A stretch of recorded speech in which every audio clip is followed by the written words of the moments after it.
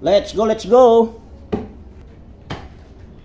Napakatigas mga bro, napakatigas.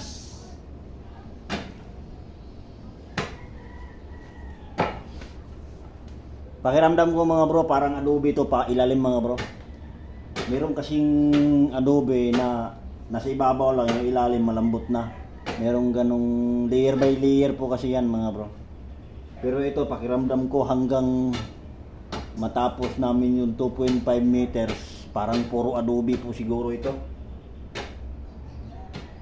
Alright mga bro, so mapapansin nyo naman yung mga bro, buo-buo talaga, maitim na adobe. Kaya ayan, ano, kitang-kita yan mga bro, tigas. Alright mga bro, pero tuloy pa rin ang laban natin mga bro, kasi ito yung hanap buhay natin. Hindi tayo pwedeng umayaw sa mga ganitong trabaho kasi sanay naman tayo sa ganitong trabaho mga bro.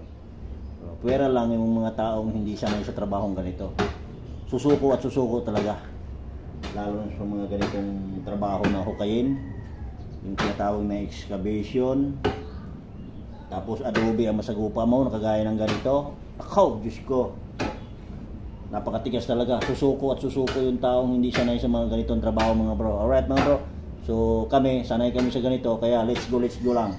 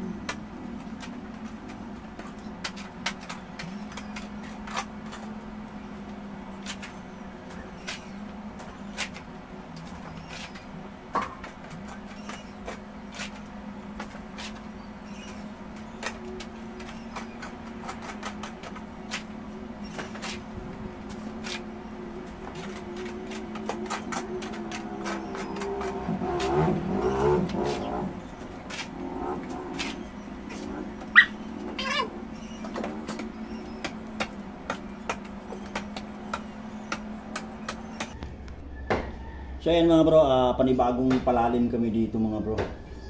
So napatag na namin yung unang palalim namin ngayon. Panibagong palalim naman kami uli. Alright mga bro. Ayan. Nasa 1.5 meters na tayo mga bro. O nasa mga ganun. Sa kaso hindi pa nasukat eh. 1.5 meters. Alright.